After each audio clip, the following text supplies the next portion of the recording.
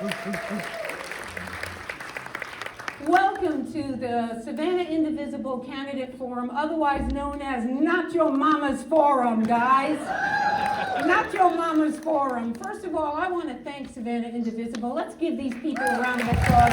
Please stand, our Savannah Indivisible people, and let us acknowledge you and thank you for all the work that you do, the effort and time you put into all of this. We love you. Thank you so much. Ladies and gentlemen, my name is Patti Hewitt, and I am the Executive Director of the Coastal Georgia People's PAC, but tonight I am honored to be the moderator of this forum.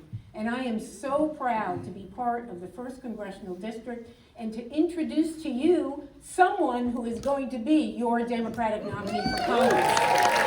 Let's give these people a round of applause for showing up. Let me tell you, running for Congress is no easy thing to do, and I admire and honor each one of you. Thank you for being here. Let me explain to you a little bit about how this forum is going to run. First of all, the candidates do not know the topics nor the questions. We have not discussed anything with them ahead of time, so they will all be hearing this fresh, just like you. Time permitting, we know some of you had written down some questions when you came in, so time permitting, if we can get to those questions, we will.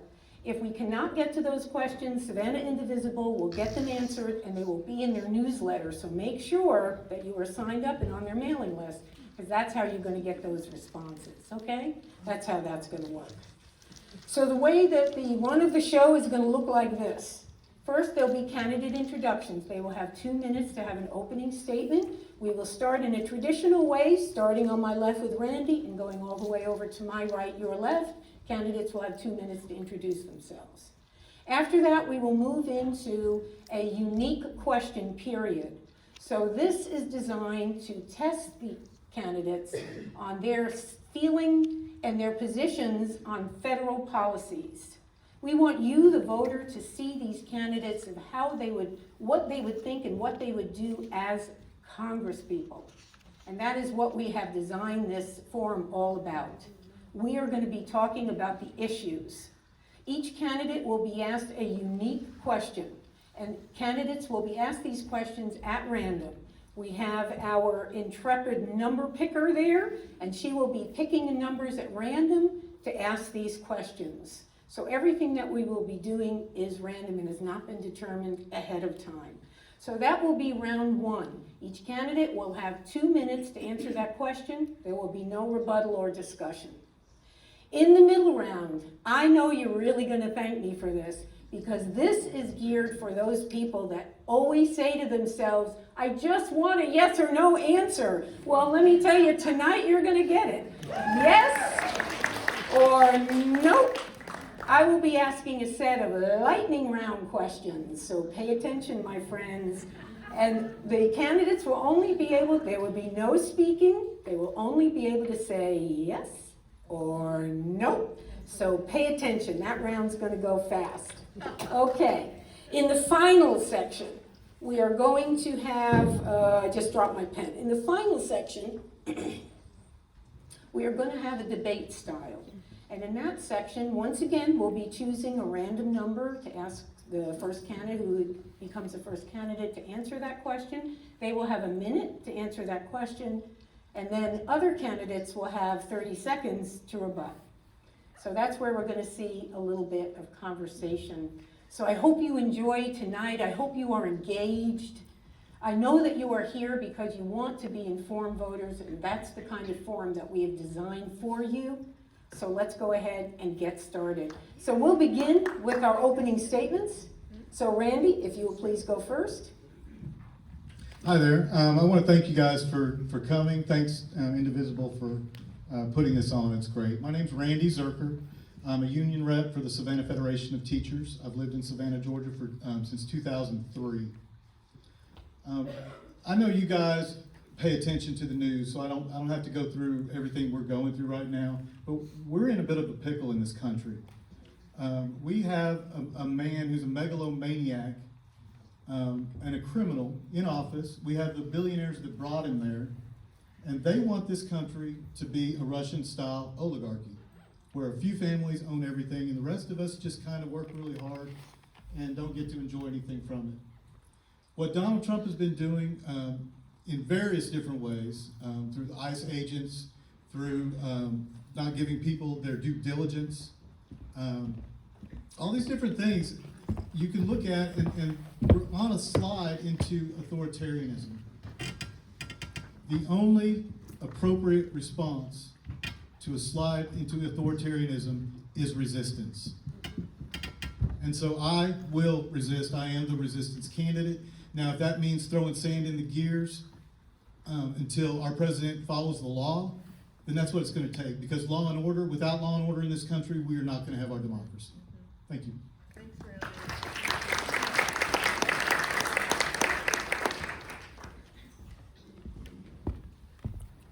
How you doing? My name's Joey Palomino. I'm 34 years old.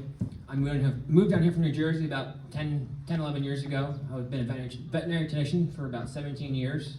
I'm a proud father of 4 kids, 2 boys, 2 girls. One of them's a newborn, so I'm a bit exhausted today, but okay.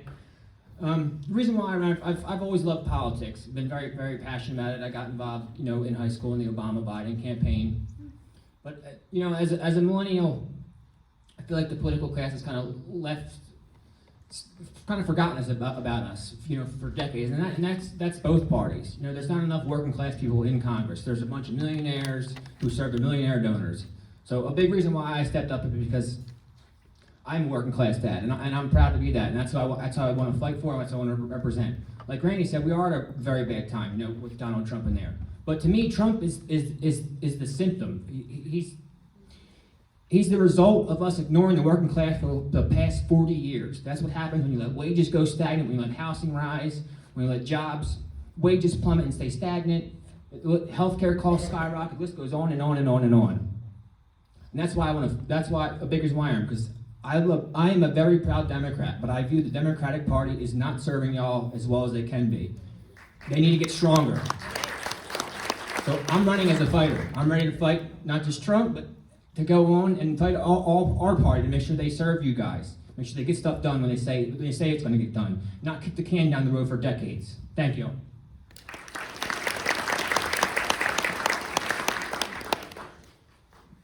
Hey guys, my name is Michael McCord. I'm the loudmouth, smartass moderate that you've all heard about.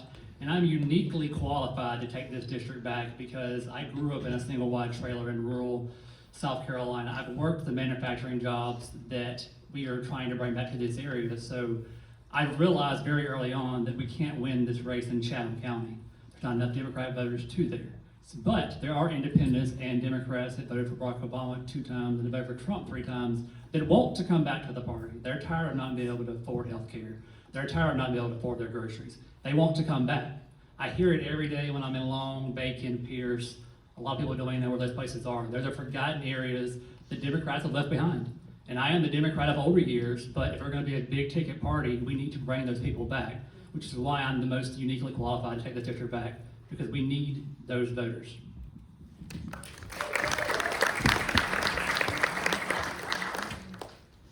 Well, my name is Defonzio Daniels, and it's going to be real hard. It's going to be real hard to keep my seat because it's just ingrained in me. But the reason why I'm running is because I was actually out walking the streets trying to get another candidate some backing. We need House representatives. We need state senators. We need state House representatives to build a foundation under our congressional candidate, whoever that might be. So when I found out that congressional candidate wasn't going, I started hearing people, the chatter, people around our community start saying, hey, you should be the one that run for that seat. And I'm like, why? Because I'm not voting the election you do, because guess what? We don't have anybody that's in our district that identifies or actually go through the struggles and the pains that we're dealing with out in our daily lives. Except you.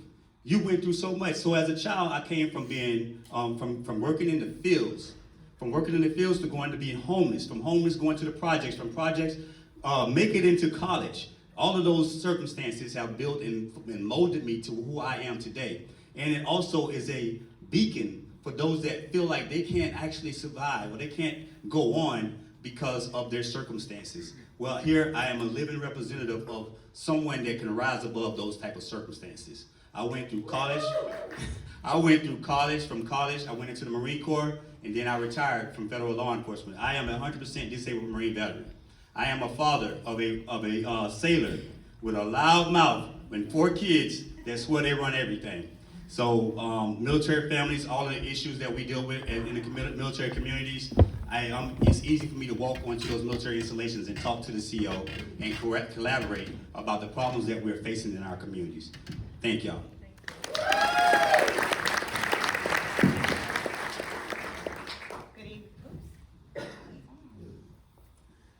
Good evening, everyone. I want to thank Savannah Indivisible because I know this is so much work to put together for putting us all in the same room.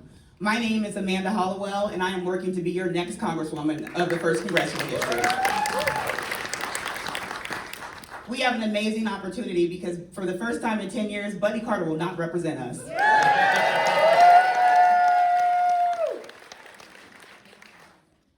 And we need to look at this opportunity at a candidate that is solutions first and people first. And I am that candidate. Savannah has been my chosen home. I raised my son here, and now my father, who I take care of, who's a veteran, as his full-time caretaker. I have been fighting for issues around health care, expanding education, and protecting voting rights for nearly 2 decades.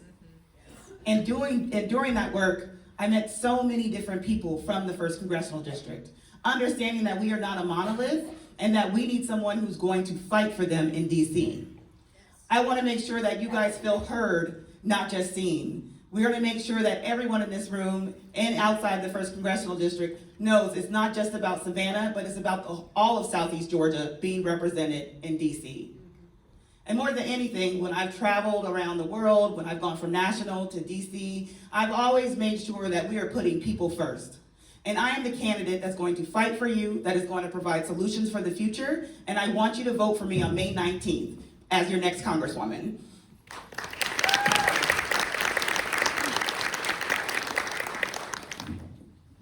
Good afternoon, and I want to thank everyone for the opportunity to be here and for Visible for putting this forum on. I am Joyce Marie Griggs, born in a sharecropper's family, born where there was serious domestic violence. And in fact, some of you can identify with this. I married a man who abused me, but thank God I had the courage to move on and get out of it. But in any event, I'm running for U.S. Congress because I was born to lead and trained to serve. And I am a combat veteran, 33 years of military service. I was an intelligence officer. I served in Iraq 3 times. And thank God I led my troops and myself out safely. And we performed jobs to protect us and our allies. I was also a Bronze Star recipient. I'm a Bronze Star recipient. You see, I know how to make decisions in a rapid, fluid situation because I had to do that. It was a matter of life or death. And I want you to know something. Right now, America, we are on life support.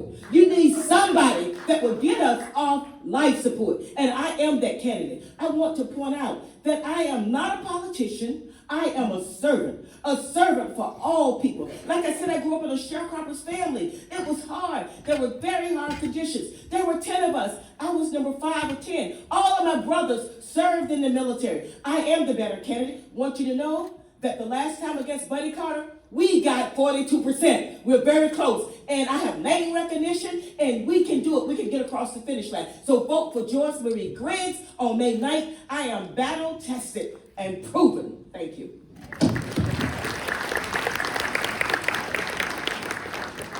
Good evening, y'all. I'm Pat Wilver. I'm a West Point and Army Ranger School graduate, former infantry officer, small business owner, and I walk the length of our country on the Pacific Crest Trail. I'm here because I believe this moment requires a clear diagnosis and decisive action. Fascism doesn't come from nowhere. It arises in the people who have lost their power, who fear for their economic security, and who stopped believing in a better future. If we want to stop fascism, we must do more than simply punish its leaders. We must remove the conditions which fueled the movement in the first place. We must reclaim our power from the billionaires, restore fairness in our economy, and rebuild a better future. Reclaiming power from the billionaires means overturning Citizens United, because a dollar should never mean more than a vote. Reclaiming power also means fixing a broken Congress. We must end gerrymandering and institute other reforms to make our legislature great again. Then Congress must reclaim its power over war, the purse, and oversight of the executive branch. Restoring fairness in the economy means building a world where every child in America has a real chance.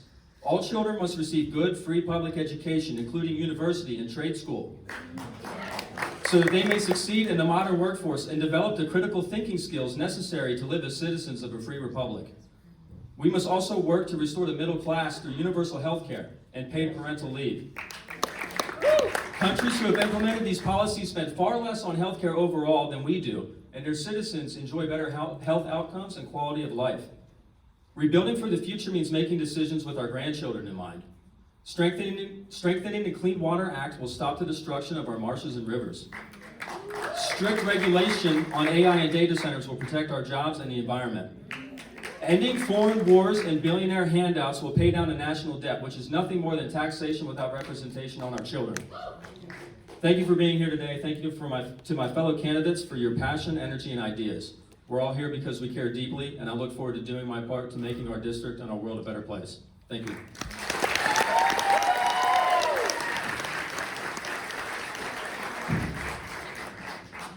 Thank you, everyone, and thank you for coming out to support us. My name is Dr. Sharon Stokes Williamson. I have been in Savannah since July 29, 1966. I have not left. I have not left here. I have worked for the state of Georgia for 21 years. I have worked in private sector. I've worked for non-governmental organizations. I've worked for other nonprofits. I have done everything. I've done everything in my life where I have touched populations from age 0 to 100. And I've touched pretty much every issue that we ever experienced here in the 1st District and 3 other districts. But I'll tell you why I'm running. I'm running because in May of 2025, I lost my job. I was working a wonderful program in Washington, D.C., and was really doing some big things at a national level. I will say, to give a plus to myself, about my relationship with Congress. In the last 4 or 5 years, I have worked for 2 non-governmental organizations on a national level that actually was created by Congress to support the work of the Environmental Protection Agency and the Centers for Disease Control. Now, about my local, how I'm connected to Savannah, I have been here all my life. I'm a graduate of Savannah State, Alfred Eli Beach High School. I am a graduate of Savannah State College. I am a graduate of Armstrong Atlantic State University. I'm a graduate of Georgia Southern University, and I'm a graduate of Southeastern Technical College. So I did my work as far as going to school and doing what I need to do to get that bootstrap, to be able to make a better person of myself. But to be very quick, I'm running because every family in our district deserves safety, we deserve stability, opportunity, and dignity. Too many people are working hard and still falling behind. I'm stepping up to fight for common sense solutions that help our communities thrive and not just survive. All right, thank you, candidates. Are we ready to get started? All right. This first round of questions, we will be asking them questions on the most pressing issues that are facing legislators today. May we have the first number, please? Number 4, that is Miss Williamson. You get the first question. Are you ready? You will have 2 minutes. Please pay attention to the timers. They will be signaling you where you are with your time. Many families can no longer afford to buy a home, and many people are being priced out of the rental market.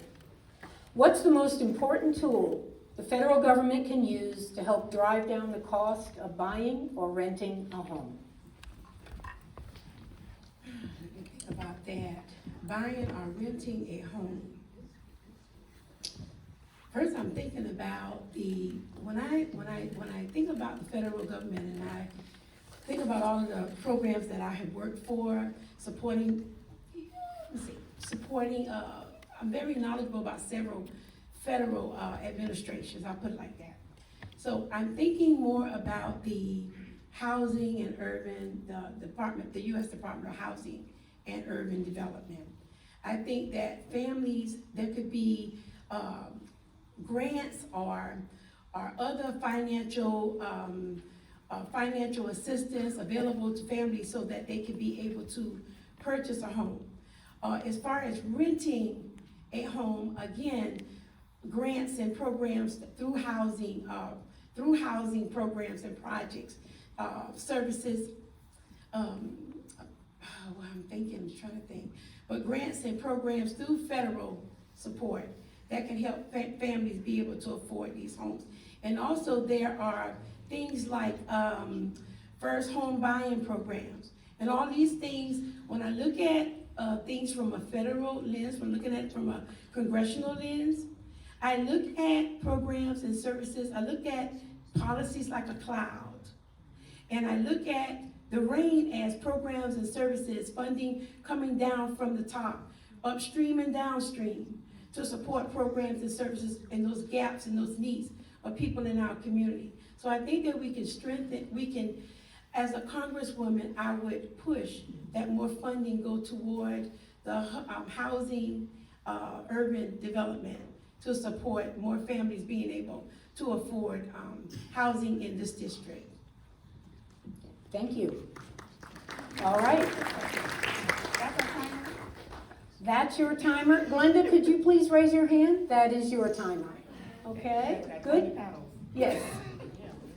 Are we good? Yes. Okay, all right, good. All right. And our number 2, please. And it is number 2. Okay, and that's Ms. Griggs. Ms. Griggs, you get the next question. Are you ready? Yes. All right. The horrible, awful, bad bill is going to impact hundreds of thousands of Georgians who depend on Medicaid or the healthcare exchange for their healthcare coverage. We know that bill is going to be almost fully in effect by the time this election takes place.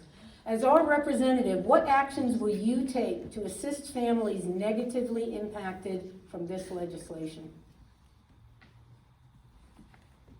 Number one, I think Could you use your, I'm sorry. there you go. I think number one, we've got to go back and repeal some of the things that have been cut from this health care program. It's been they've literally raped the health care.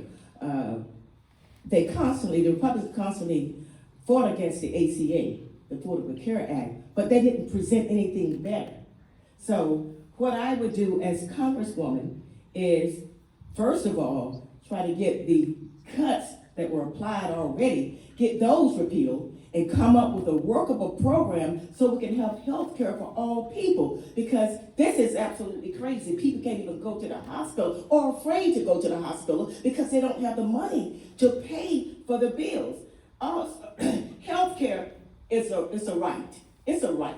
It's a fundamental right for all Americans. It's not a privilege, it's a right. And I will fight to lower costs, to expand access, and to strengthen community health centers. Also, in the rural areas, I will fight to restore rural hospital, rural health care.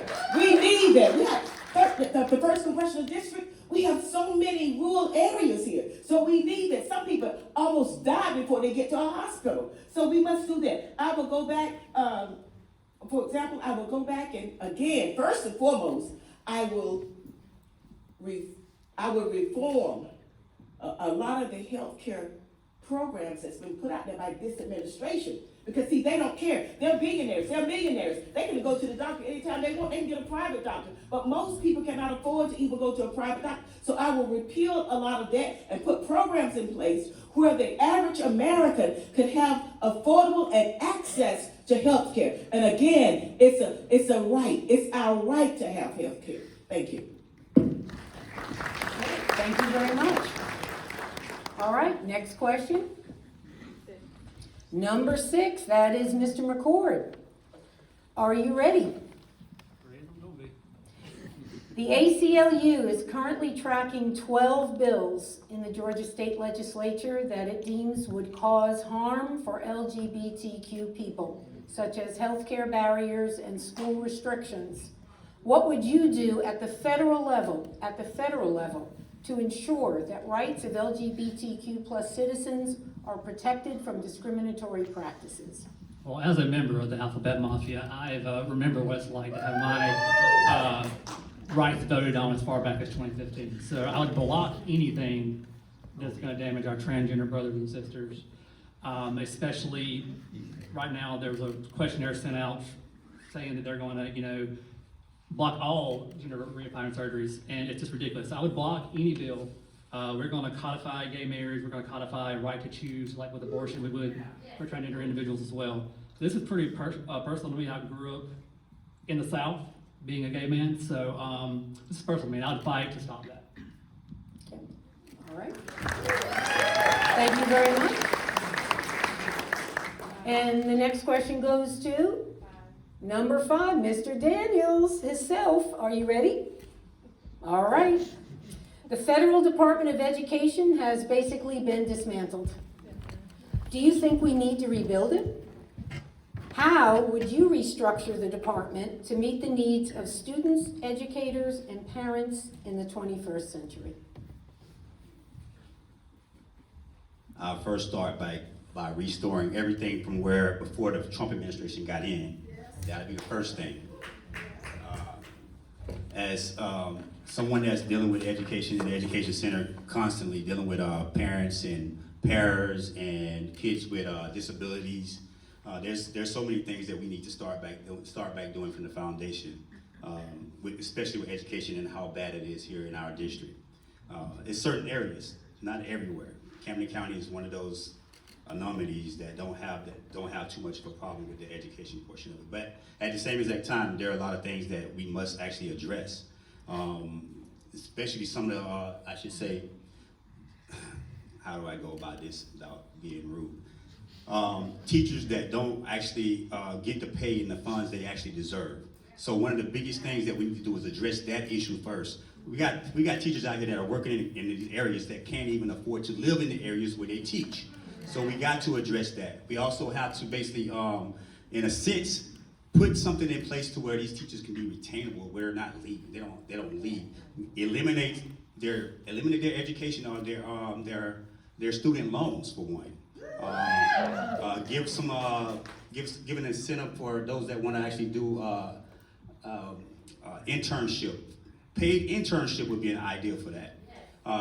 There's just so many things. It's personal to me because a lot of the kids that I actually deal with are actually disabled kids, and a lot of them are very mistreated, like my son was.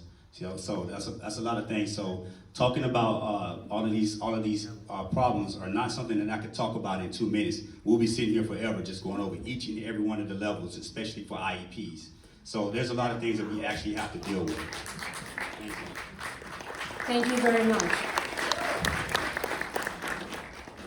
All right, question number 5. Who's the lucky winner? Number 8, that is Mrs. Zerker. Are you ready? Okay. Do you believe we need to address gerrymandering through national redistricting laws? National redistricting laws. Explain your approach to establishing laws that would ban partisan gerrymandering, mid-decade redistricting, and ensure fair representation for voters across the country. Okay. Yes, I do support that, and if you don't know, you probably do, but District 1 is highly gerrymandered, as are many districts in the country, in the state of Georgia. So it is appropriate to have a federal bill that would require redistricting after a census, and where there's a big difference in population, but based on just very, based on some basic tenets, not based on where the population is, but maybe have it county-based. Maybe have it have quarters or fifths of a state. It's to me, it just can't be arbitrary and capricious. It can't be based on politics, and it can't be based on race. It needs to be based on even numbers of population and real representation for people. Okay, very good. Thank you. All right, question number 6, please. Number 3, that is Mr. Wolver. Mr. Wolver, are you ready? Let's do it. Okay. Coastal Georgia is home to some of the most important and sensitive barrier islands, wetlands, and whale breeding grounds in the world. Explain what actions you would take as a representative to protect our environment under an administration that prioritizes fossil fuel deregulation and mining. Yeah, well, I mentioned in my intro that I walked across the country on the Pacific Crest Trail, and so the environment's very personal to me. I would do just about anything I could in my power to protect the environment. Yeah, thank you. There's some specific things that we can talk about. I talked about the Clean Water Act, and we talk about all the coastal flooding that's going on. So we're developing all our wetlands, and that's what filters our water. That's what helps when it rains. That's what helps, slow the flooding, right? So we can stop this through the Clean Water Act. And there was a Supreme Court case recently that weakened protections under the Clean Water Act. We can start enforcing the speed limits, right, for the right whales that are off our coast. They're not typically enforced. Buddy Carter wants to remove these protections, right? This is a simple thing that we can do to protect those. Our barrier islands, I was just on Cumberland Island last week. The Park Service right now is trying to trade some land with some heirs of the Carnegie and Rockefeller dynasty. Yeah, they used to own that whole island, right? And, long story, but it's a corrupt bargain. It's a corrupt bargain, and fortunately, the Camden County Commission put a stop to it last week. So that's something thank you, and thank them. That's something as a representative in Congress that I would vote against, because Congress would ultimately have to approve any deals like that. So to answer your question, I would do anything I could to protect our barrier islands, to protect our rivers, our marshes, and our wildlife here in this district. All right. Number 7, Mr. Palomino. Are you ready? Absolutely. All right. Our U.S. deficit is now in the trillions of dollars. What is your plan to bring down the deficit while still investing in infrastructure and critical social safety net programs? I am going to tax the hell out of the rich. The deficit comes from a few main things. It comes from the Reagan tax cuts, which are actually passed on a bipartisan basis, the Bush tax cuts, and of course the Trump tax cuts, which were just extended under the One Big Beautiful Bill. So they keep on giving wealthy and big corporations massive tax cuts while still spending more on the military budget mainly, while cutting services that mean you require benefit from, like Medicaid, the Affordable Care, all that kind of stuff. So I would hike the corporate tax rate. It was before 35%. A reasonable rate would be 28, bring it back to 35, I don't care, that needs to be increased. There's great things you can do too, like a 5% bill on straight wealth tax that can fund a ton of things. You can cap child care at 7% for everybody. In America, ensure every teacher gets paid $6,000. Actually, Bernie Sanders just proposed this bill, it's very, very good. You can give a one-time payment to low-income families of about family of 4 get $3,400 under this bill. But yeah, the rich have not paid their fair share for a very long time, while we're getting taxed like crazy. Even every check, Social Security and Medicaid comes out. That hurts the working class too. I would try to do things like, make FICA taxes deductible off your tax return. Make sure you get more tax dollars back. I want to make the tax code more fair. We saw during COVID, we did great things like the monthly child tax credit. We increased the earned income tax credit. Unfortunately, those stuff was not made permanent, which is, it's unfair, because those tax cuts, big corporations are always made permanent. They never have a sunset date. So I would make sure that, again, you guys get a larger tax refund, and the wealthy can start to pay their fair share. Thank you. All right, thank you. And the last question goes to Ms. Hollowell. All right, are you ready? Since this administration came into power, we have seen the degradation of separate but equal branches of government and a consolidation of power into the executive branch. What do you think Congress needs to do to ensure that a president can never again weaponize a federal agency to exact political retribution or punish those who speak out against an administration's policies? Well, that's a tough one, but this is going to offend some people. We need a new Speaker of the House. And we need a new Speaker for the Senate. Because Because too long have we played in the middle and coy to what they want, to think that they're gonna give it back to us, and they're not. And we need to actually have folks who wanna follow the Constitution. And make sure that we're putting people to trial and hosting committees and actually being investigated. And I think more than anything, we actually have to inform the people that you guys have rights here in this moment. You know, what we don't realize is that in the courts, on the federal level and in lower court cases, we're winning. And so we've been winning a lot. We've won more than 60% of our cases against Trump administration. And I want to thank those folks like the ACLUs and the SPLCs of the country who are doing the good fight, and are doing it on the state base. But more than anything, we need folks in Congress who want to fight, but also not so much just want to fight, y'all, who actually want to do the work. Because a lot of them get to be in Congress forever, because once you're in, and they figured out how to run the numbers and win their election every time. But if they're not being challenged, or they don't hear us, then they won't feel that they need to be accountable or responsible to us.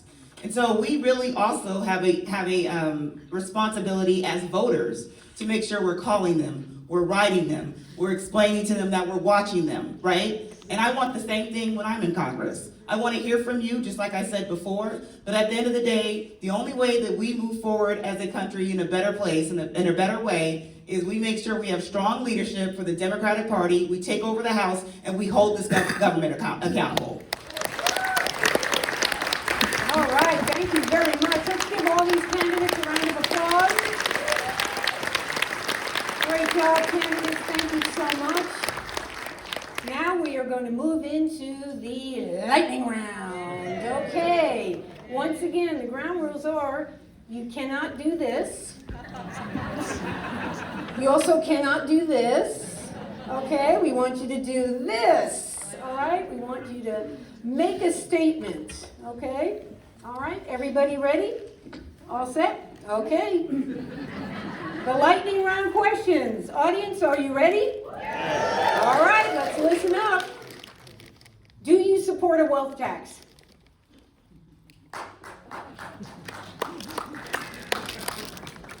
Paddles down.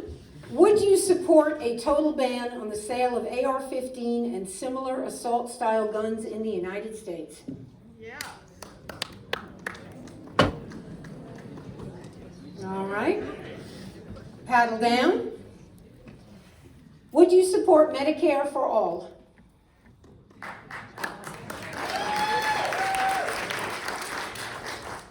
Paddles down.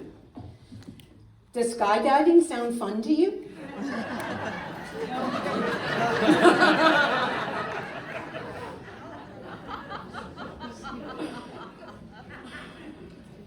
Do you support capital punishment?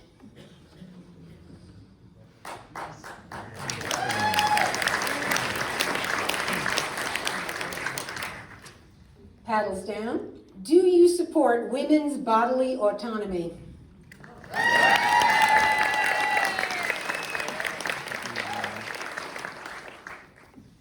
Do you support the full federal legalization of marijuana?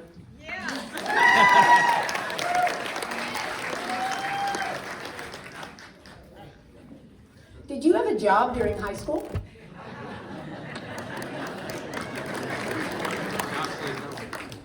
How many of you all had a job during high school? Okay, a lot. Do you support the full separation without exception of church and state?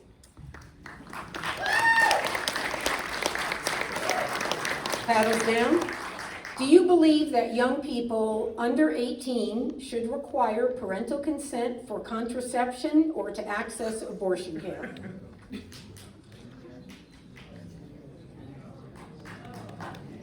Okay. Do you support? Oh, You need a redo on that one? a redo on that one? That was the confusing question. Do you believe that young people under 18 should require parental consent for contraception or to access abortion care? Okay, all right. Do you support comprehensive sexual education, including LGBTQ specific health information in public schools K through 12? right, don't forget to hold those paddles up. People want to see them. Do you believe that convicted felons should lose their right to vote?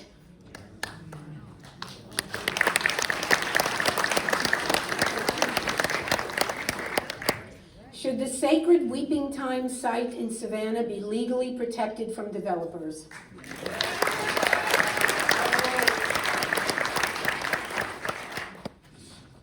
Are you responsible for grocery shopping in your household?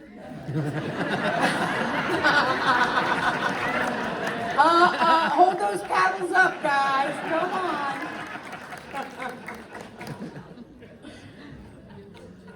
Would you support refugees moving into your state or community?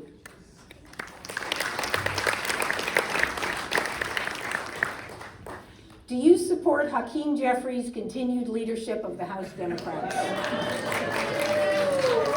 Oh, come on. Up. Let's go.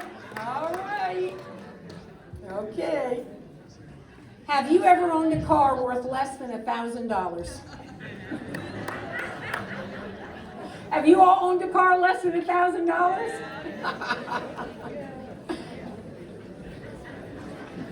Will it, paddles down, don't want to make a confused mistake here, guys. Will you take APAC money?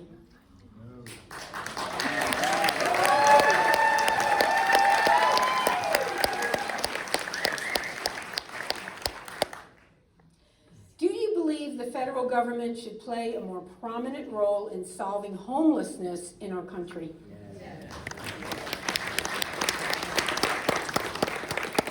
And the final question, will you pledge to support the winning Democratic nominee, no matter who it is, for Congress? All right. And that ends our lightning round, and I hope that was satisfying to have those yes and no questions. All right.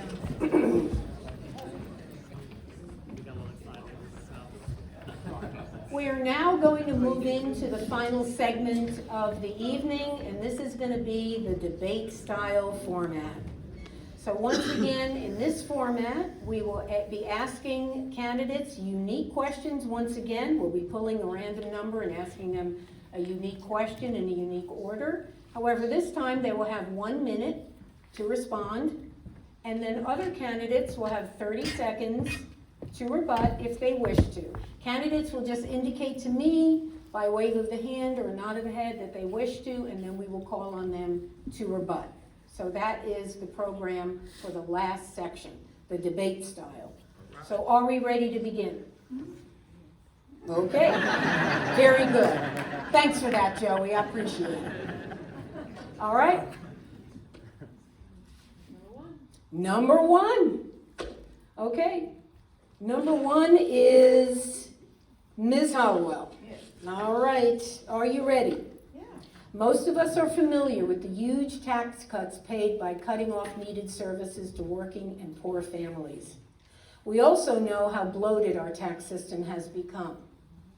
Aside from taxing the wealthy and corporations, what do you propose as one change to the tax system that would squarely benefit working families? One change One change. on a tax code that was built on racism and enslavement of people. I think one change I would implement is how we do our income tax and how we file taxes. It should actually be for folks who actually get the money from a cap of $225,000 down instead of what they're doing now. And so if you don't make that type of up to six figures and $600,000, you're not benefiting from those taxes. And so we need to make sure that we're revising the tax code. It's not just tax folks, but tax code so it's more accessible for folks who are in the middle class and below. Okay, do we have any rebuttals? Joyce? Yes, thank you so very much. Ms. Griggs? I would fight to eliminate the income tax, because if you read about the history of it, it was never intended to be the way that it is, but it is. So I say we could eliminate the income tax and tax the corporations and the billionaires and let them carry the brunt of these taxes, because people can't even make it now on what they make. Their taxes sometimes are almost as much as their paycheck or what they take out of their paycheck. So I would say eliminate the income tax, tax the wealthy, the billionaires, the trillionaires, those that are dodging. Thank you, Ms. Briggs. Thank you very much. Does anyone have something to say about eliminating the IRS? I got a rebuttal here. Go right ahead. So if we do that, this is for Amanda and Joyce. If we do that, where do we fund our program from? Because the billionaires and the millionaires pay about 45% of the current income tax we take in, according to the Congressional Budget Office. Yes, they do, Randy. So if we replace that, where do we get the money from? Like, I think we're all for fair taxes on the middle class and the lower class, but I didn't say get rid of the state income I don't tax. think. I mean, it's kind of like what we're doing in Georgia. You know, we're Okay, eliminating property 30 sales tax. seconds. Your time is up, I Mr. need- McCord. Ms. Hollowell, did you want to reply to that? Yeah, I didn't say get rid of the state income tax. I said reform it to where the middle class and folks below that actually benefit from paying from the tax code. But if you want to take the time to defend your, I still say get rid of the income tax. I mean, that's my stance. Get rid of it. It was fundamentally unfair when they implemented it. It's fundamentally unfair now. It has people basically in slavery to this system. Let's get rid of it. They use our tax money to fund all kinds of crazy things that do not benefit the people. Get rid of the income tax, tax the billionaires more, the people that make the money. So get rid of it. Thank you, Ms. Briggs. Ms. Williamson, did you have a comment? Yeah, I was just saying, in the realistic world, we do not have control of the House or the Senate yet. And I also want to say that it is very important that we raise the taxes on the rich. And for a very, very long time, we used to have the high income, middle income, low income. Now middle income is low income. There's no balance. Middle income used to support the entire economy, the rich and the poor. So we don't have those things. So the only option we have is to raise the tax on the rich. Okay, thank you. Mrs. Zerker, did you have a comment? Yes, I definitely agree with raising the taxes on the rich, but what I want to say to Michael is, no matter what the rate is for millionaires and billionaires, there's too many loopholes. They're not paying that rate. There's not a single one of them that is. I never said they were paying that rate. I said the income they put into the system makes up for 42% of the income we get yearly from taxes. So don't try to paint me in something I didn't say. All right, I think it's time to move on to question number 2. Oh, Mr. Palomino, I'm sorry, you had a comment? So one thing, 40% of American households don't pay any federal income tax after the standard deduction or tax credits right now. But the wealthy are not paying their fair share. We pay Medicare and Social Security tax are hitting us harder than it hits them. On all taxes, we also pay gas tax, sales tax. Our money gets taxed 97 times before it hits us. I want to one thing you can do is just make taxes so they're free to file for all you, so you're not paying TurboTax, $120 in filing tax. That'd be great. If we actually had that, I would restore that. Okay, your time is up. Thank you, Mr. Palomino. If I could real quick.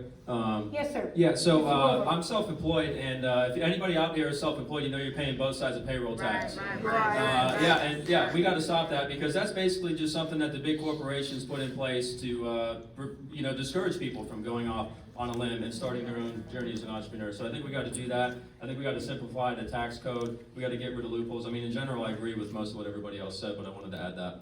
Okay, thank you very much, Mr. Wilbur. I appreciate it. All right, we have question number 2. Number 4, that is Ms. Williamson. Ms. Williamson, you ready? I'm ready. Do you believe the federal government plays a role in elections? And if yes, to what extent?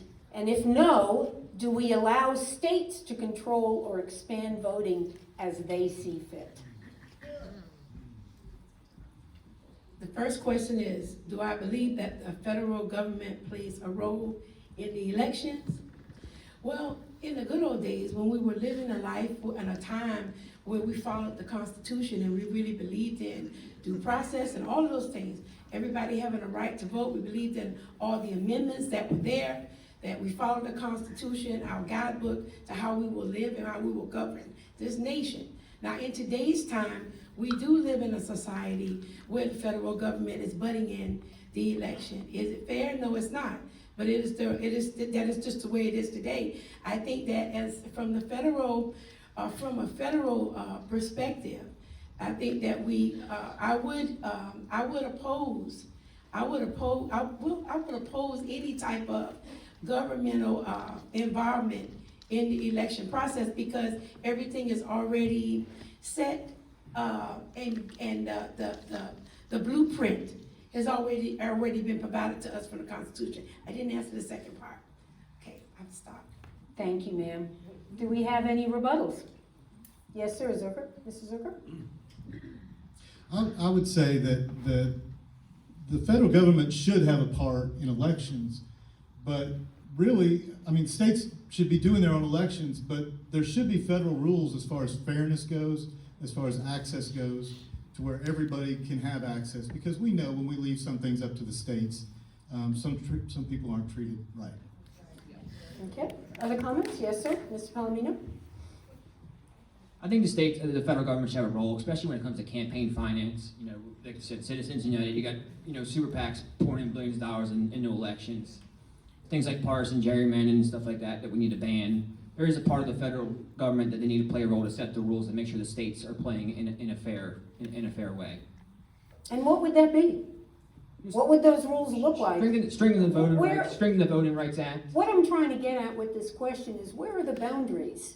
Where are the boundaries that the federal government, just a moment please, where are the boundaries that the federal government should abide by when it comes to elections? Mrs. Zucker also said the federal government does have a role in elections. You mentioned a couple of things. What are the boundaries in your mind? Where does the federal government's role stop and the state's role begin? May I answer that question, since that was the first one to me? Just a moment. Oh, okay. We're going to let Mr. Palomino think. Do you want a moment to think about that and then come back? Would you? Okay, great. Yes, ma'am. Ms. Howell? Yes, and so I guess that question was for Joey, but I want to just answer the first question, which was, you guys, as is, the federal government operates around the Constitution, right? And then we have states' rights who get to operate how they want to, operationalize their state voting system. Now, here's the challenge that we're in. Folks don't realize that we are very close to losing the Voting Rights Act. We have the Scalia versus Louisiana decision coming up in June. And then we also have redistricting and gerrymandering happening at the same time, and we have the census. And so what the federal government can do is make sure those processes at which we determine our fair representation are codified and legal, and they actually protect the people that are voting. And that's what we can do at the federal level. There's not, you don't want to go into impeding on states' rights, but you still want to make sure that states have a voice in how they do this. Thank you. Mr. Wolver, you had a comment? Yeah, so the Constitution says that states have the right to decide the time, place, and manner of their elections, but the 14th Amendment to the Constitution is what empowers the federal government to protect people's civil rights as they vote. So that is the extent to which the federal government can involve itself. And Patty, I'd chime in. Okay. Mr. McCord? I think the federal government's only rule is to make sure it happens on the first Tuesday in November, and to make sure no one's civil rights being violated. Outside of that, they need to get the hell out of our state-run government. So I'll answer very clear for you. Okay. Does anyone else have a comment about this question, about voting in the federal government? Yes, ma'am. Ms. Williamson? I'll just add to it, we have to remember that the federal government role is to support. It's to support. So when the state needs backup, that's when the federal government should intervene. Okay. Let's move on to question number 3. Number 7, that is Mr. Palomino. Are you ready? Yes, I am. Workforce development is rapidly absorbing AI, robotics, and other intelligent devices across industries, displacing human workers along the way. How would you structure regulations that protect workers and hold companies accountable for this generational shift?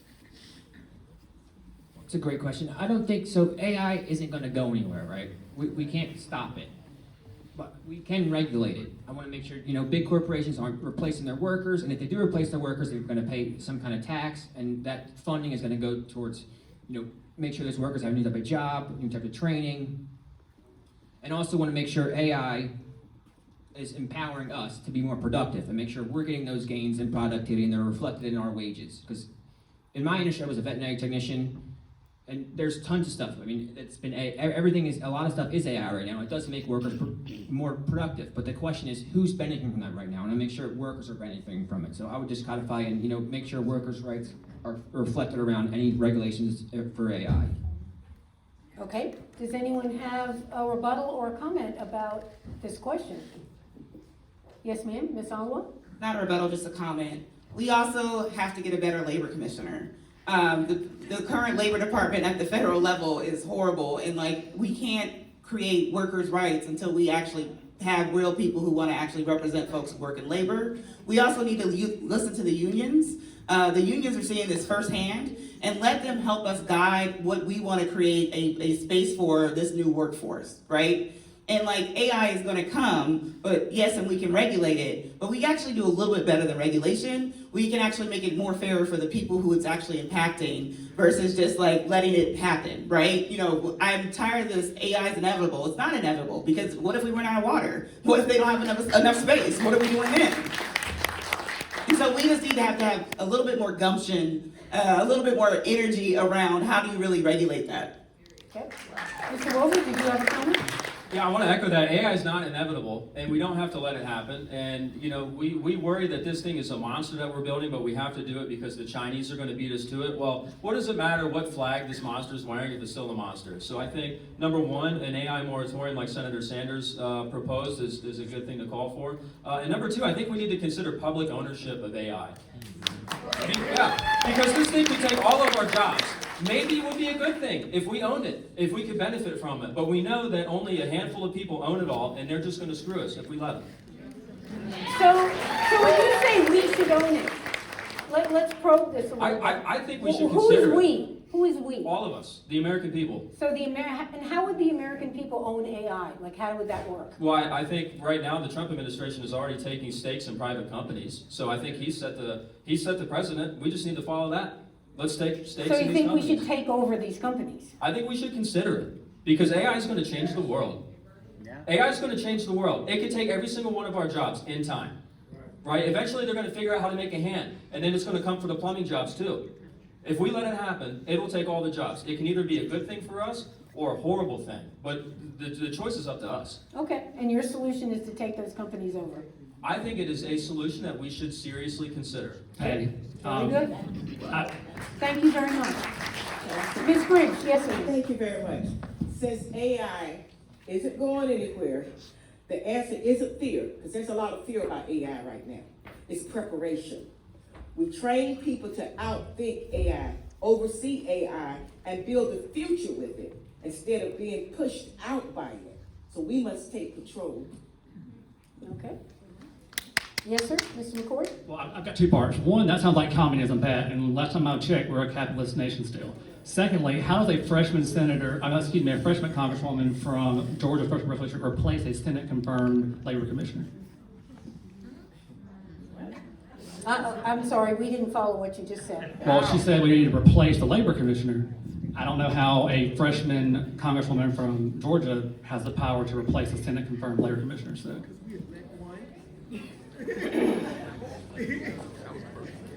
All right, so I want to speak to. Yes, ma'am. Sorry, You I wanted sure to speak can. to Pat's. I do love that idea in theory of people owning AI, but let's be honest, the folks who are poor will never be able to invest in the stock market. And so we need to actually think a little bit more critically about what does that mean. I've heard that theory before, but at the end of the day, what is it, $5 a share? What about people who can't get bank accounts? What about people who are cash heavy, right? And that's a real problem in this country. Okay. Mr. Wolver? Yeah, I mean, I think to talk about this, we got to understand that this is going to fundamentally change the world.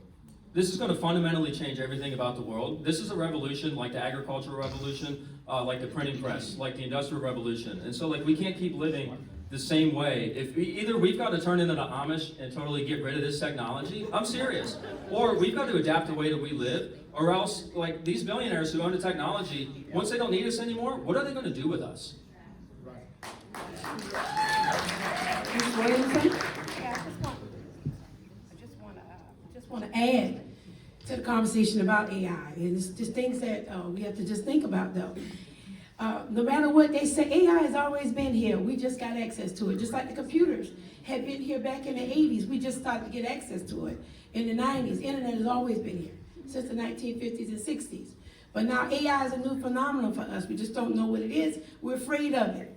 And it's saying that it's supposed to make better jobs, it's supposed to drive the economy. But things we need to be concerned about that some people are experiencing right now with data centers. There's high energy consumption, there's water usage, there's noise traffic, there's land use, and there's limited long-term jobs. So there's just a lot of things that we got to think about before we jump on the bandwagon by AI, but it's coming, and it's actually already here. Okay.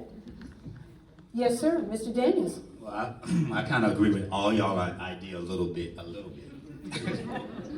But at the end of the day, we all need to realize that we need to go with the changes, and that's where the tides are actually flowing right now. My kids they're highly into that stuff. At the same exact time, they're also lazy too. So we are a different breed, and one of the things that we need to do is start adapting to these issues and these changes at the same exact time. So I do agree with Pat a little bit about these things. So now I gotta stop. Thank you, ma'am. All right. Anyone else? Yes, sir? Yeah, I mean, do you guys ever follow what Sam Altman says, or like any of these guys? You need to follow what they say and take them at their word. Because like Sam Altman said the other week that he wanted to put intelligence on a meter and sell it to us. Direct quote. So, this AI, we know that it's making people dumber who use it. Our kids are not able to write, to think critically like they used to be. This is a big problem. We're focused on jobs, but like it's taking away our ability to think and to reason. And we definitely need to get AI out of our schools.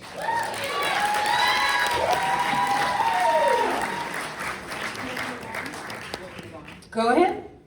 Go right ahead. Do you have something to say? Yeah, I appreciate that sentiment, but our children and their literacy problem will happen way before AI became a cultural norm. And until we decide deeper about how we're going to fund public education, how we're going to make sure on the state level that we're not just testing the test, that we're actually testing folks that are going to go out there and get good jobs and have sustainable careers. We're talking about something in theory, and so to connect that to each other is a long stretch. But I do hear you on the AI in schools. It's being seen. But the challenge before AI is in schools was we weren't educating folks to the fullest in the first place. Right? I mean, I agree with that. We got to stop teaching to the test. We got to let teachers be teachers again instead of turning them into assembly line workers. But also literacy, let's look at social media and let's look at the internet. That's kind of when literacy started going down. So maybe AI is just going to accelerate this trend of technology that's already been in place. And we need to get back to reading books. We need to, I would say kids should not be on social media, period. Literacy's been an issue in America as long as America's been a country. It's been a wealth. So if you had money, you knew how to read. If you didn't know how to read. So this is not an AI issue. I disagree. We got better at it over time, and now our literacy is going back down. Yeah, we got better at it because the public education system was funded correctly. It wasn't gutted in the past since Bush up. I agree with you on that, but AI is so new that we don't know a whole lot about it yet. But there are already studies coming out that show that people who use AI, generative AI, have cognitive decline. And this is a technology that's only okay, that's fair, but you're trying to tie to literacy, and Georgia literally has a literacy issue right now with people from 35 to 60. I promise you, they weren't using AI back then. Well, we're talking about two separate problems right now. Well, you're equating them both together, and they're not. It's not a thing. I'm not equating them both together. I'm not. I'm saying AI is a different problem. It is a different problem from literacy. I agree. Okay. Thank you, gentlemen. Thank you very much. Thank you, gentlemen. Thank you all very much. All right, next question. Number 3, that is Mr. Wilbur. Are you ready? I'm ready. Should ICE be abolished? Yes. Please defend your opinion. So DHS was started in 2002, ICE in 2003. That was also about the time the Patriot Act came about. All these, and you can check the tape because I was a big fan back in the day of Ron Paul, who was against all this stuff all along, and he said what was true, that they were going to turn these organizations into things that would take our civil liberties away. And he was right. He was right. I think we need to get back to the structure of government that we had in 2002. I don't think we need this stuff anymore. I think it's just security theater for the most part. And that's not to say that we can't have borders and enforce them, but we can have a police force that is trained and professional and treats people like human beings.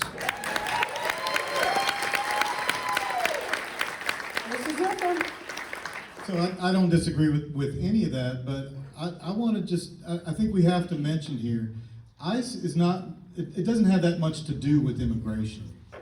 ICE is what Donald Trump wants to be his personal police force, with masks and guns and no badges. And so absolutely, they need to go. Other comments about ICE? Yes, sir? I think you'll find that this is probably the only issue everyone on the stage agrees with. I do think we need Nuremberg-level trials for Kristi Noem and the people that murdered Americans in the streets. Ms. Holloway? Yes, I don't agree with Pat's statement that we need to go back to what it was, because guess what, y'all? Customs and ICE was broken way before 2003. And we need to create a better path to citizenship and build safer communities for folks, because the people that they are kidnapping and detaining are been here 7 and 10 years. That's a bad look on us as a country. That means we're asking you to come here, work, pay taxes, and some of them even serve our country in the military. But we can't figure out a way to make you a citizen, and that's ridiculous. Okay. Other comments, anybody? Mr. Yes. Palomino? Oh, Yes, Mr. I Daniels? agree that there needs to be a better path to citizenship.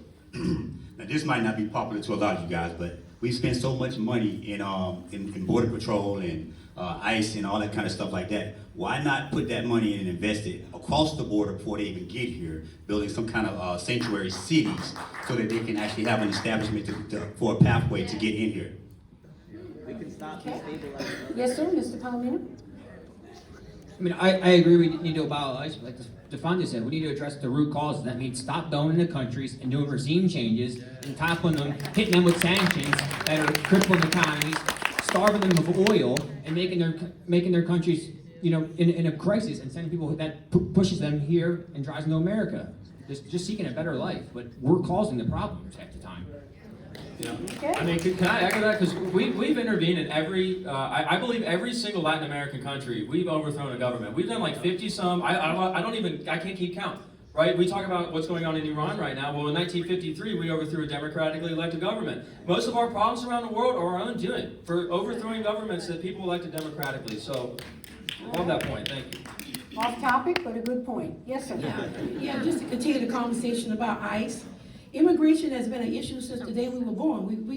This country was built on immigration. We've been through several presidents. We have immigration issues forever. But the only problem is now we get to see it televised on how people are being treated by ICE. And it scares us.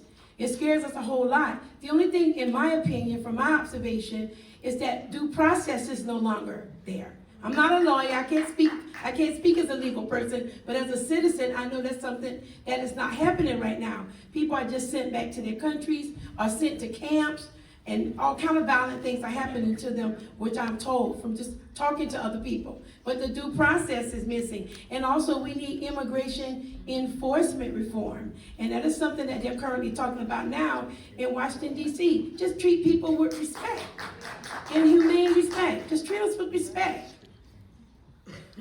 Okay. Anything else? All right, very good. Next question. Number 5, Mr. Daniels, are you ready? Many rural voters have given up on the Democratic Party. Give us your best argument. Your best argument. Your best argument. As to why they should come out and support the Democratic candidate in this race. That's pretty hard. But the best argument is because of what we got going on right now in our society. Everybody's impacted equally. One of the biggest things that I've noticed knocking on doors, by the way, I've knocked over 8,503 doors as an individual. That's dedication, and going to each one of these individuals' doors and talking to them about their issues has basically shaped my campaign. So when I listen to the issues that we're facing, it's representation. They don't have proper representation, so how do we get them to actually get out here? Right now, we have a slew of candidates. We are all different, and we're actually touching issues differently.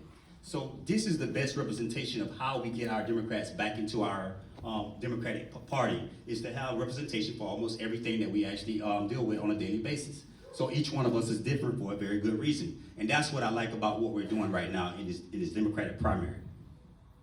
Okay, very good. Other comments? Mr. McCord? I will say I agree with everything Devontae said. I think we need to realize that we cannot win without those rural voters. Like, if anyone in this room thinks otherwise, you are wrong. We've seen it the past 4 or 5 elections. And we need someone that has lived in these rural areas, knows the experience, is from the rural South, has done these type of things, and understands how they talk, how they feel, and why they left the Democrat Party in the first place. But you didn't really answer the question. Well, yeah, you Because need the question is, what's your argument to have them come out? the argument is to come I out mean, we and understand what the problem is, we've stated it. What is your solution? I wasn't trying to answer the question, but I will. My solution is you go to these voters, you find out what issues are affecting Bacon County, you find out what issues are affecting Pierce, you find out what issues are affecting Long County, and then you give them attainable solutions. You don't go in trashing Trump, the big ugly goblin, because they voted for him for a reason, and we need to face the fact, because he talks like them. He gave them hope, and now when they go to the grocery store, they go to get gas, they're like, hey, this man lied to us. I don't know why they thought a con artist that bankrupted a casino was going to tell the truth, but that's a conversation for another day. Thank you. Mrs. Zucker? I was just going to say, if somebody still supports this president with everything that's going on, there's something wrong with that person. And I don't mean that in a mean way, but I'm not trying for that person's vote if they're still supporting that regime. I want Democrats that didn't come out last time. I want independents. And I want people who voted for Trump and didn't get anything that he promised. Okay, Mr. Palomino? So there are the rural voters that are going to stick with Trump forever. But a big thing is those rural voters left the Democratic Party and they go to Trump because he speaks their language. He tells you that the system is broken, and it is. That's the truth. But he's not fixing it. I've heard some of those same voters say they would have voted for Bernie Sanders because he says the same thing. The system is broken. But we just need to fix it. And I'll say they need to come out and support us because I'm willing to fix it. I experiencing the same stuff y'all. I'm struggling, to afford life day to day. Struggling to afford health care, child care, to keep the lights on, food. It's getting outrageous. Thank you, Mr. Palomino. Yes, sir. Well, one of the biggest issues is people don't see Democrats out at the doors where people want them to be. Y'all want to actually bring people in there, but you're not going to them. So that's why one of the biggest things, when I say I've knocked over 8,500 doors, I brought people I took it to them. That was one of the issues that we're failing on. We forgot what we actually began this whole thing for in the first place. We need to go back to the roots and take everything back so that people understand that we're fighting for them. This is not about any individual man or person. It's about us as a people. Okay. Ms. Briggs? Yeah. What I'm gonna do. Use the microphone, ma'am, please. Thank you. What I'm going to do is to open the doors of this office to the people, and literally and figuratively. And that means being present, accessible, transparent, and actually listening to them instead of just talking to the people. And I will also have, they don't have to wonder, let me put it this way, about what I'm doing or what I'm going to do. They will know because I will engage them in this process. They need to know that they're cared about, that they're just not a throwaway, that they have not been forgotten. And while I've been out on this campaign trail, a lot of them said, people don't come and talk to us. They don't know what we want. We must listen to them. My office will be open. I will be transparent. Figuratively and literally. They can call me and talk with me. I'll be accessible and available 24/7. Thank you, ma'am. Yes, Mr. Wolver, and then Ms. Williamson, and then Ms. Alward. Yeah, well, Joyce didn't need a microphone, but I don't think that people turn their back on the Democratic Party. I think the Democratic Party turned its back on them. And you mentioned Bernie Sanders, right? I mean, this was a guy who was fighting the corporate Democratic Party, and they swallowed him up. And that's, I think that's why a lot of that happened. We've got to get at the economic root of this fascism that's risen up. It doesn't come from nowhere. And these people know that they've been screwed since Bill Clinton passed NAFTA and took all their jobs away. Ms. Williamson. Yes, I just would like to say, as a professional working out there in social work and public health and actually studying the population of people and actually being in the rural areas, the reason why they don't get out is because there's an unequal divide between rural and urban areas. When federal funding come in, most of the funding is shifted back to the urban areas. And also when we're running for election, we're saying everything you want to hear.